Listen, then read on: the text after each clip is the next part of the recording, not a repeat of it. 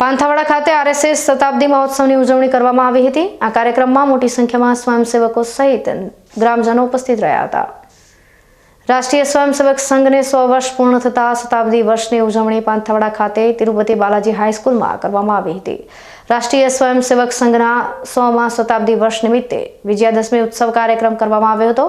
કાર્યક્રમમાં તેમનું જણાવ્યું હતું કે આપણે સૌ ભાગ્યશાળી છીએ કે શતાબ્દી વર્ષની ઉજવણી કરવામાં આપણે સૌ સહભાગી થયા।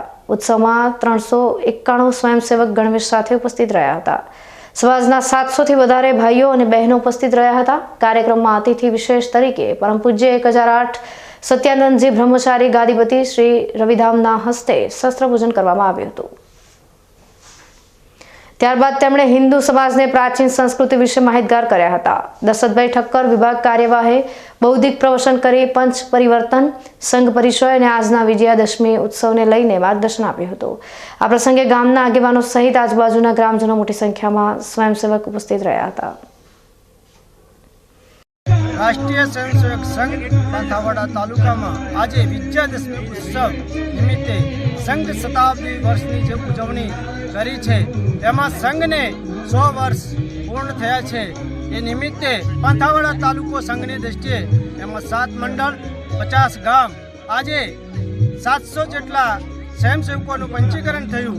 આમાંથી 400થી વધુ પણ સ્વયંસેવકો ગણવેશ સાથે ઉપસ્થિત રહ્યા અને આજુબાજુના જે 50 ગામમાંથી બધા જે ભાઈઓ વડીલો અગ્રણીઓ અહીંયા ઉપસ્થિત થયા। આજે સમાજને જે આજના સમયમાં જે પંચ પરિવર્તનના જે સ્વદેશી હોય સમરસતા હોય નાગરિક કર્તવ્ય હોય તો આ બધા જે અહીંયા આજના વક્તા વિભાગ કાર્યવાહ શ્રી દશરથભાઈ ઠક્કર દ્વારા જે સંઘને જાણવા માટે સંઘ વિશે વિસ્તૃત પરિચય આપ્યો।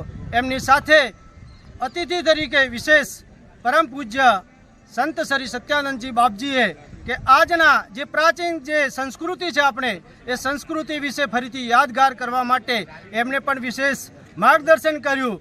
આ સમાજને ફરીથી આ ભારતને વિશ્વગુરુ તરફ લઈ જવા માટે સંઘ જે કાર્ય કરી રહ્યો છે એ દિશામાં સંઘમાં બધા જોડાય સમાજ અને બધા એક સાથે મળી અને આ જે કાર્ય છે એ કાર્ય કરે અને આજે આ તિરુપતિ બાલાજી જે હાઈસ્કૂલ છે પાંથાવાડા એમાં કાર્યક્રમની એક ભવ્ય વિજયાદશમી ઉત્સવ પાંથાવાડા તાલુકા દ્વારા થયો।